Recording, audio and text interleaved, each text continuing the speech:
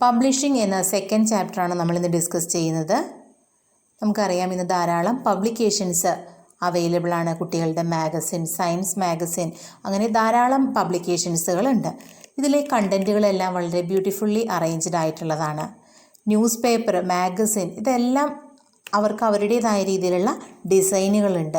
നമ്മളുടെ text book തന്നെ ശ്രദ്ധിച്ചാൽ അറിയാം, ടെക്സ്റ്റ് ബുക്കിലെ ഓരോ പേജും കൃത്യമായിട്ട് ലേ ഔട്ട് ചെയ്തിട്ടുള്ളതാണ്, ഫോർമാറ്റ് ചെയ്തിട്ടുള്ളതാണ്. അതിലെ ഹെഡിങ്ങുകൾ, എല്ലാ പാഠങ്ങളിലെയും ഹെഡിങ്ങുകൾ ഒരുപോലെയുള്ളതാണ്, സബ് ഹെഡിങ്ങുകൾ ഒരുപോലെയുള്ളതാണ്. അപ്പോൾ അതെല്ലാം എങ്ങനെയാണ് ചെയ്യുന്നത് എന്നാണ് നമ്മൾ ഈ ചാപ്റ്ററിൽ പഠിക്കുന്നത്.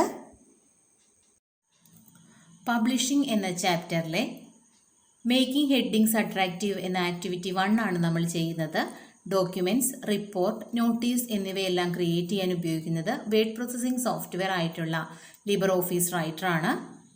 റൈറ്റർ ഓപ്പൺ ചെയ്യുന്നതിനായി application, office, Libre Office writer എന്നുള്ള ഓർഡറിൽ ക്ലിക്ക് ചെയ്യുക. റൈറ്ററിൻ്റെ വിൻഡോയാണ് ഈ ഓപ്പണായി വന്നിരിക്കുന്നത്. അൺടൈറ്റിൽഡ് 1 ലിബർ ഓഫീസ് റൈറ്റർ എന്ന് കാണുന്നത് ടൈറ്റിൽ ബാറാണ്. നമ്മൾ ഫയൽ നെയിം കൊടുക്കുമ്പോൾ മാത്രമേ അൺടൈറ്റിൽഡ് 1 എന്നത് മാറി നമ്മൾ കൊടുക്കുന്ന ഫയൽ നെയിം ഇവിടെ വരികയുള്ളൂ. ഫയൽ, എഡിറ്റ്, വ്യൂ, ഇൻസേർട്ട് തുടങ്ങിയവ കാണുന്നത് മെനു ബാറാണ്. അതിന് താഴെ കാണുന്നത് സ്റ്റാൻഡേർഡ് ടൂൾ ബാറാണ്. ഇത് ഫോർമാറ്റിംഗ് ടൂൾ ബാറാണ്. ഡോക്യുമെൻ്റ് ഓപ്പൺ ചെയ്യുന്നതിന് വേണ്ടി ഫയൽ മെനുവിൽ നിന്ന് ഓപ്പൺ എന്നുള്ള ഓപ്ഷൻ ഉപയോഗിക്കാം. എക്സാം ഡോക്യുമെൻറ്റിൽ നിന്ന് reverse.ott എന്ന ഫയൽ ഓപ്പൺ ചെയ്തു. ഓപ്പണായി വന്നിരിക്കുന്ന ഡോക്യുമെൻറ്റിലെ ഹെഡിങ്സ് അട്രാക്റ്റീവ് ആക്കുന്നതിന് വേണ്ടി എന്തെല്ലാം കാര്യങ്ങൾ നമ്മൾക്ക് ചെയ്യാനായിട്ട് സാധിക്കും? അക്ഷരങ്ങളുടെ വലിപ്പം അഡ്ജസ്റ്റ് ചെയ്യാം, അക്ഷരങ്ങളുടെ ഉപയോഗിച്ചിരിക്കുന്ന അക്ഷരങ്ങളുടെ ഫോണ്ട് ഡിഫറെൻ്റ് ആയിട്ടുള്ളത് കൊടുക്കാം, അക്ഷരങ്ങളുടെ കളർ ചേഞ്ച് ചെയ്ത് കൊടുക്കാം, അക്ഷരങ്ങൾ കുറച്ച് കട്ടി കൂട്ടി ബോൾഡാക്കി, ഇറ്റാലിക് ആക്കി, അക്ഷരങ്ങൾക്ക് അണ്ടർലൈൻ ചെയ്ത്, അങ്ങനെ പല കാര്യങ്ങൾ ചെയ്ത് നമുക്ക് അക്ഷരങ്ങളെ അട്രാക്റ്റീവ് ആക്കാനായിട്ട് സാധിക്കും. അപ്പം അതിന് വേണ്ടിയിട്ട് ഹെഡിങ് സെലക്ട് ചെയ്യുക. ഫോർമാറ്റിംഗ് ടൂൾ ബാർ ഉപയോഗിച്ച് നമുക്ക് അക്ഷരങ്ങൾ ചേഞ്ച് ചെയ്യാം. അതല്ലെങ്കിൽ ഫോർമാറ്റ് മെനുവിൽ നിന്ന് ക്യാരക്ടർ എന്നുള്ള ഓപ്ഷൻ സെലക്ട് ചെയ്തും അക്ഷരങ്ങൾക്ക് ചേഞ്ചസ് വരുത്താനായിട്ട് സാധിക്കും. അക്ഷരം സെലക്ട് ചെയ്തു. ലിബറേഷൻ സെറിഫ് എന്നുള്ളത് ഫോണ്ട് നെയിമാണ്. അതിൽ നിന്ന് ഇവിടെ ആൽഫബറ്റിക്കൽ ഓർഡറിലാണ് ഫോണ്ടുകളുടെ പേരുകൾ കിടക്കുന്നത്.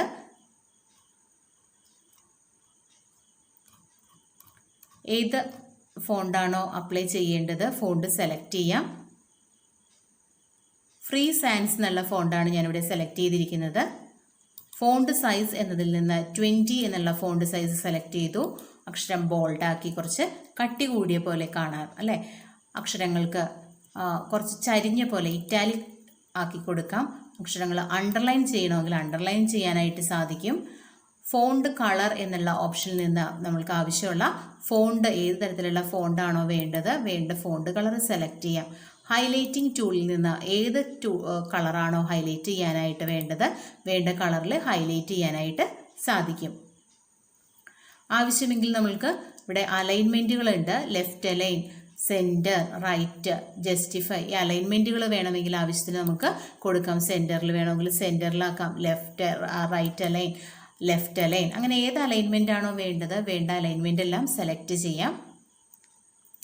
അടുത്ത ഹെഡിങ്ങിലേക്ക് ഹെഡിങ്ങും ഇതുപോലെ അട്രാക്റ്റീവ് ആക്കുന്നതിന് വേണ്ടി ഹെഡിങ് സെലക്ട് ചെയ്യുക. മുകളിൽ ചെയ്തതുപോലെയുള്ള പ്രവർത്തനങ്ങൾ നമ്മൾ വീണ്ടും ആവർത്തിക്കുക. ഹെഡിങ് സെലക്ട് ചെയ്തു. ലിബറേഷൻ സെറിഫ് എന്നതിന് പകരം ഫ്രീ സാൻസ് എന്നത് സെലക്ട് ചെയ്തു. ഫോണ്ട് സൈസ് 20 സെലക്ട് ചെയ്തു.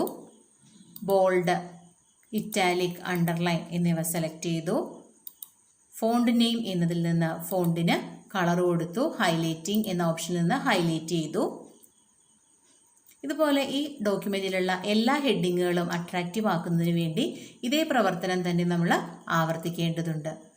ചെറിയ ഡോക്യുമെൻ്റ് ആണെങ്കിൽ ഈ പ്രവർത്തനങ്ങൾ ഇങ്ങനെ ആവർത്തിക്കുന്നത് ബുദ്ധിമുട്ടുള്ള കാര്യമല്ല. അല്ലെങ്കിൽ ഒരു വലിയ ഡോക്യുമെൻ്റ് ആണെങ്കിൽ ഒത്തിരി സമയം കൺസ്യൂം ചെയ്യുന്ന ഒരു ആക്ടിവിറ്റിയാണ്. അതുപോലെ തന്നെ ഇടയ്ക്ക് ഏതെങ്കിലും ഓപ്ഷനുകളെല്ലാം നമ്മൾ വിട്ടുപോകാനായിട്ടുള്ള സാധ്യതയുമുണ്ട്. അത് ഒഴിവാക്കുന്നതിന് വേണ്ടി റൈറ്ററിലുള്ള ഒരു ഫെസിലിറ്റിയാണ് ക്ലോൺ ഫോർമാറ്റിംഗ് എന്നത്. ക്ലോൺ ഫോർമാറ്റിങ്ങിൻ്റെ ടൂൾ ശ്രദ്ധിക്കുക. ഒരു ബ്രഷ് പോലെ ഇരിക്കുന്ന ഒരു ടൂളാണ് ക്ലോൺ ഫോർമാറ്റിംഗ് ടൂള്. ആ ടൂൾ ഉപയോഗിച്ച് നമ്മൾക്ക് എങ്ങനെയാണ് ഹെഡിങ്ങിന് സ്റ്റൈൽ അപ്ലൈ ചെയ്യുന്നതെന്ന് നോക്കാം. Clone formatting tool is used for applying the format of a given text or an object to another one.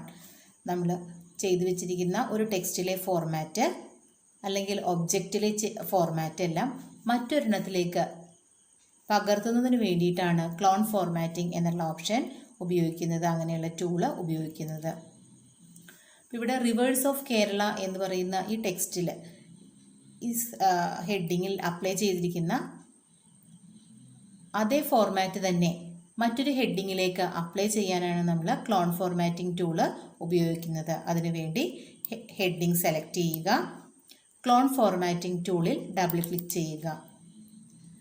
ഇപ്പോൾ തന്നെ മൗസിൻ്റെ പോയിൻ്റർ ഒരു ബക്കറ്റ് രൂപത്തിലായിരിക്കുന്നത് നമുക്ക് കാണാം. ഇനി ഏത് ഹെഡിങ്ങിലേക്കോ സെൻറ്റൻസ് ചെറിയ ഡോക്യുമെൻറ്റുകൾ ഫോർമാറ്റ് ചെയ്യേണ്ടത് അതിൽ ക്ലോൺ ഫോർമാറ്റിംഗ് ഡ്രാഗ് ചെയ്യുക. സ്യൂട്ടബിൾ ആണെങ്കിലും വലിയ ഡോക്യുമെൻറ്റുകൾ ഫോർമാറ്റ് ചെയ്യുന്നതിന് ക്ലോൺ ഫോർമാറ്റിംഗ് സ്യൂട്ടബിൾ അല്ല. നമ്മൾ ഫോർമാറ്റ് ചെയ്ത ആവശ്യമുള്ള എല്ലാ ഹെഡിങ്ങിലും നമുക്ക് അക്ഷരങ്ങളിൽ എന്തെങ്കിലും മാറ്റങ്ങൾ വരുത്തുകയാണെങ്കിൽ പിന്നീട് വീണ്ടും ഫോർമാറ്റിംഗ് ആവർത്തിക്കേണ്ടതായിട്ടും വരും. അത് ഒഴിവാക്കുന്നതിന് വേണ്ടിയിട്ട്, ആ പ്രശ്നം പരിഹരിക്കുന്നതിന് വേണ്ടിയിട്ട് ലിബ്രെ ഓഫീസ് റൈറ്ററിലുള്ള വലിയ ഡോക്യുമെൻറ്റുകൾ ഫോർമാറ്റ് ചെയ്യാനായിട്ട് സഹായകമായിട്ടുള്ള മറ്റൊരു ഫെസിലിറ്റിയാണ് 10-20 പേജസ് ഉള്ള സ്റ്റൈൽ ആൻഡ് ഫോർമാറ്റിംഗ് എന്നത്. ബുദ്ധിമുട്ടായിരിക്കും. അത് എടുക്കുന്നതിന് വേണ്ടിയിട്ട്, ചെയ്യുന്നതിന് വേണ്ടിയിട്ട് അപ്ലൈ സ്റ്റൈൽ ബോക്സ് എന്ന ഓപ്ഷനിലാണ് നമ്മൾ ക്ലിക്ക് ചെയ്യേണ്ടത്.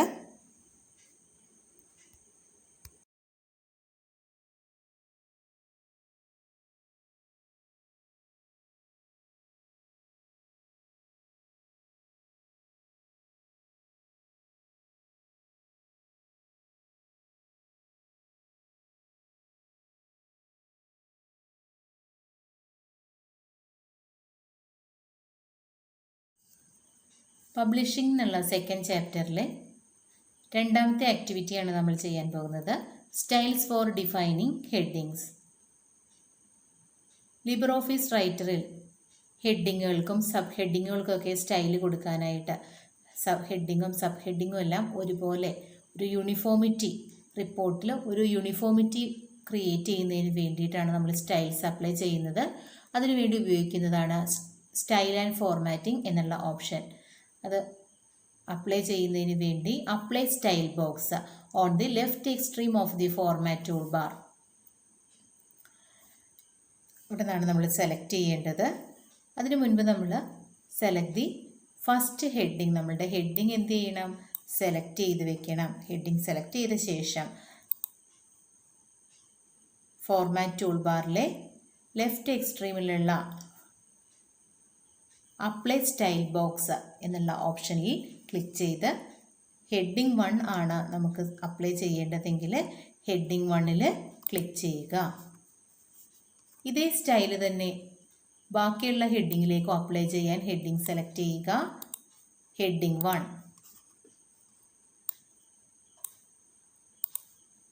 അങ്ങനെ എല്ലാ ഹെഡിങ്ങുകളിലേക്കും നമുക്ക് ഹെഡിങ് 1 എന്നുള്ള സ്റ്റൈല് അപ്ലൈ ചെയ്യാനായിട്ട് സാധിക്കും. There are several styles available in LibreOffice Writer to make a document attractive. You should become more familiar with the window Styles and Formatting that opens when you click More Styles in the Apply Style box. Apply Style boxലെ More Stylesൽ click ചെയ്യുകയാണെങ്കിൽ നമുക്ക് style window ലഭിക്കും.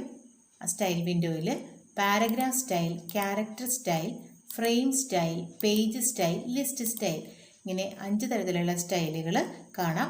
ഓരോ സെക്ഷൻ്റെയും താഴെ പല രീതിയിലുള്ള styles available ആണ്. ഹെഡിങ് ഫോർമാറ്റ് ചെയ്യുന്നതിന് വേണ്ടി ഫോർമാറ്റിംഗ് ടൂൾ ബാർ ഉപയോഗിച്ചാണ് നമ്മൾ നേരത്തെ ചെയ്തത്. ഫോർമാറ്റ് എന്ന മെനു ഉപയോഗിച്ച് നമുക്ക് ചെയ്യാനായിട്ട് സാധിക്കും. ഹെഡിങ് സെലക്ട് ചെയ്യുക. ഫോർമാറ്റ് മെനുവിൽ നിന്ന് ക്യാരക്ടർ എന്നുള്ള ഓപ്ഷൻ സെലക്ട് ചെയ്യുക. ഫോണ്ട്, അക്ഷരങ്ങൾ, ഏത് രീതിയിലുള്ള അക്ഷരങ്ങളാണോ വേണ്ടത് ആ രീതിയിലുള്ള അക്ഷരങ്ങൾ നമുക്ക് ഇവിടെ നിന്ന് സെലക്ട് ചെയ്യാം. ഫോണ്ട് ഫാമിലി എന്നുള്ള ഓപ്ഷനിൽ നിന്ന് സെലക്ട് ചെയ്യാം. വെസ്റ്റേൺ ടെക്സ്റ്റ് ഫോണ്ട് എന്നത് ഇംഗ്ലീഷ് അക്ഷരങ്ങൾക്ക് വേണ്ടിയുള്ളതും CTL ഫോണ്ട് എന്നത് മലയാള അക്ഷരങ്ങൾക്ക് വേണ്ടിയുള്ളതുമാണ്. ബോൾഡ്, ഇറ്റാലിക് അങ്ങനെയുള്ള ഓപ്ഷൻസ് ഇവിടെ നിന്ന് സെലക്ട് ചെയ്യാം. സൈസ് എന്നതിൽ നിന്ന് ഫോണ്ട് സൈസ് സെലക്ട് ചെയ്യാം. ഫാമിലി സെലക്ട് ചെയ്യുക. അക്ഷരങ്ങൾക്ക് കളർ കൊടുക്കാനായിട്ട് ഫോണ്ട് ഇഫക്റ്റ് എന്നുള്ള ഓപ്ഷൻ സെലക്ട് ചെയ്യാം. ഫോണ്ട് കളർ ഏത് കളറാണോ നിങ്ങൾക്ക് വേണ്ടത്, വേണ്ട കളർ സെലക്ട് ചെയ്യാം. അണ്ടർലൈൻ വേണമെങ്കിൽ അണ്ടർലൈൻ കൊടുക്കാം. ഓക്കെ എന്നുള്ള ഓപ്ഷനിൽ നമ്മൾ ക്ലിക്ക് ചെയ്യുമ്പോഴേക്കും അക്ഷരങ്ങളിവിടെ ഫോർമാറ്റ് ചെയ്ത് വന്നിട്ടുണ്ടാകും. ഫോർമാറ്റ് ടൂൾ ബാർ നിന്ന് അക്ഷരങ്ങൾ ഫോർമാറ്റ് ചെയ്യുന്നത് കൂടാതെ ഫോർമാറ്റ് എന്ന മെനു വഴിയും ചെയ്യാനായിട്ട് സാധിക്കും.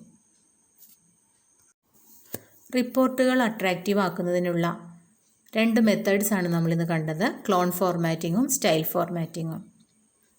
ക്ലോൺ ഫോർമാറ്റിംഗ് എന്നത് ചെറിയ ഡോക്യുമെൻറ്റുകൾക്ക് അനുയോജ്യമായതും സ്റ്റൈൽ ഫോർമാറ്റിംഗ് വലിയ ഡോക്യുമെൻറ്റുകൾക്ക് അനുയോജ്യമായതുമാണ്.